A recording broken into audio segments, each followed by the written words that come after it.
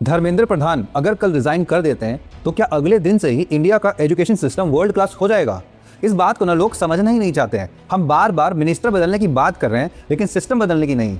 आज मैं आपको चाइना की 3 ऐसी एजुकेशन पॉलिसीज बताने वाला हूं जो शायद इंडिया की एजुकेशन सिस्टम को काफ़ी बदल सकती है, क्योंकि देश ना एजुकेशन मिनिस्टर से नहीं बदलेगा, एजुकेशन पॉलिसीज से बदलेगा।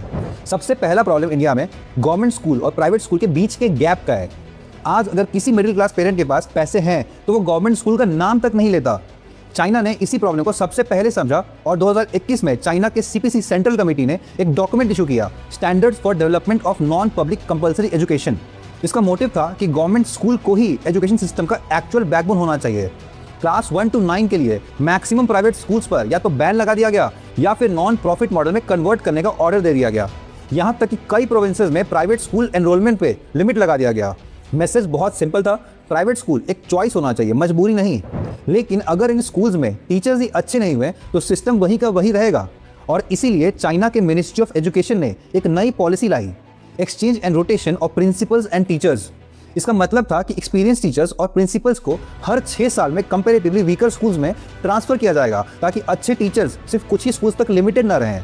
चाइना यही नहीं रुका, उसने टीचर्स की सैलरी को भी काफ़ी इंप्रूव करा और गवर्नमेंट स्कूल के टीचर्स को प्राइवेट ट्यूटरिंग देने पर कंप्लीट बैन लगा दिया। ये इसलिए किया गया ताकि उनका पूरा फोकस क्लासरूम टीचिंग पर ही रहे। इतना ही नहीं, 2021 में डबल रिडक्शन पॉलिसी लाई गई। अब इस पॉलिसी के बाद मैथ, साइंस और इंग्लिश जैसे कोर्स सब्जेक्ट्स में कंपलसरी एजुकेशन लेवल पर पूरे कोचिंग इंडस्ट्री को ही बैन कर दिया गया।